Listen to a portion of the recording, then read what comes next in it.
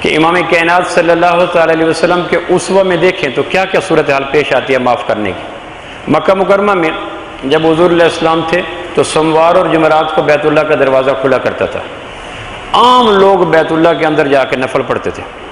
عثمان بن ابی طلحہ مکہ کا کلید بردار تھا، یہ تالا کھولا کرتا تھا، لوگ لائن اپ ہو جاتے تھے اور چلے جاتے تھے۔ ایک دن اس لائن میں حضور علیہ السلام بھی کھڑے تھے اور عام لوگ باقی کھڑے تھے۔ عثمان بن ابی طلحہ مشرک تھا، اس نے لائن پہ نظر ڈالی، بیچ میں اللہ کے محبوب نظر ہے، وہ وہاں سے چلا اور آپ کے دامن کو کھینچ کر بیچ میں نکال کے کہنے لگا تمہیں کس نے اجازت دی ہے کہ بیت اللہ کے اندر جا کے نفل پڑھو؟ ہم تمہیں مطاف میں پڑھنے کی اجازت نہیں دیتے، اور تم اس لائن میں لائن اپ ہو چکے ہو جس لائن کے شرکاء بیت اللہ کے اندر جا کے نفل پڑھیں گے، نکل جاؤ باہر۔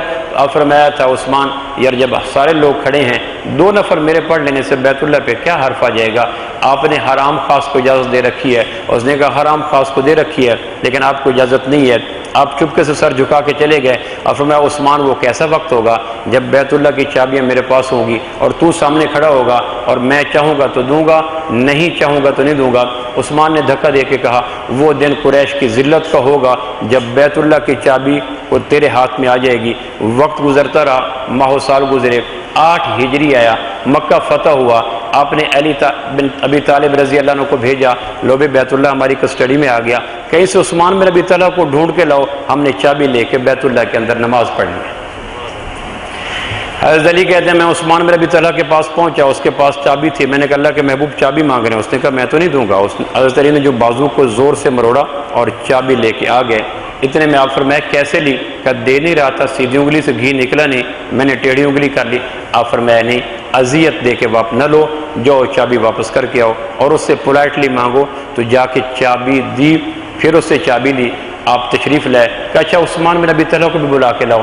اتنے میں دروازہ کھلا، آپ نے نماز پڑھی، اسامہ بن زید اور بلال بن رباح رضی اللہ عنہ آپ کے ساتھ تھے، بیت اللہ کے اندر کمرے کے اندر جا کے نماز پڑھی، باہر تشریف لائے۔ حضرت عباس آ کے کان میں لگے اللہ کے محبوب مہربانی کریں چابی میرے خاندان کو دے دیں تاکہ آئندہ کے لیے چابی ہمیں مل جائے۔ آپ نے فرمایا چپ ہو جاؤ۔ اتنے میں حضرت علی تشریف لائے، چابی ہمیں دے دیں، حسن حسین کو دے دیں گے۔ آپ نے کہا چپ ہو جاؤ۔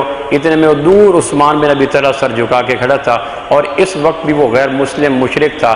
آپ نے عثمان بن ابی طلحہ کو بلایا، اس کا ایک ایک پاؤں من کا، وہ جانتا تھا کہ جب فاتح قبیلہ مفتوح پہ چھا جاتا ہے تو مفتوح کا کیا حال کیا کرتا ہے، وہ اپنی ہسٹری کو جانتا تھا، ماضی اس کے سامنے تھا۔ قریب آیا تو آپ نے اس کے سر پہ ہاتھ پھیرا اور کہا عثمان کچھ آیا یاد؟ اگر کچھ تکلف کرو تو کچھ یاد آیا؟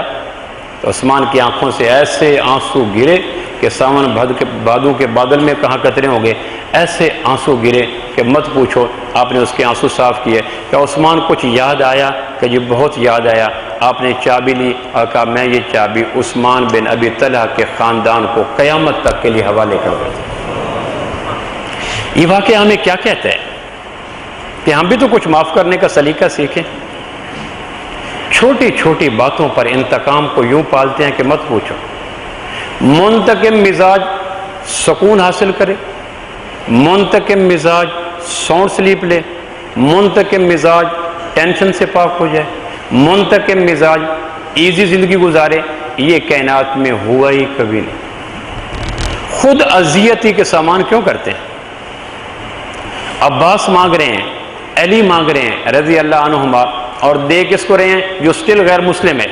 اور دے کس کو رہے ہیں؟ جس نے مکہ میں نبوت کے دامن کو چھیڑ کر وہ باہر نکال پھینکا۔ جب آپ نے کہا تھا وہ چابی میرے پاس آئے گی، اس نے دھکا دے کے پھر دھکا دے کے دور کیا، تو وہ دن قریش کی ذلت کا ہوگا جس دن چابی آپ کے پاس آئے گی۔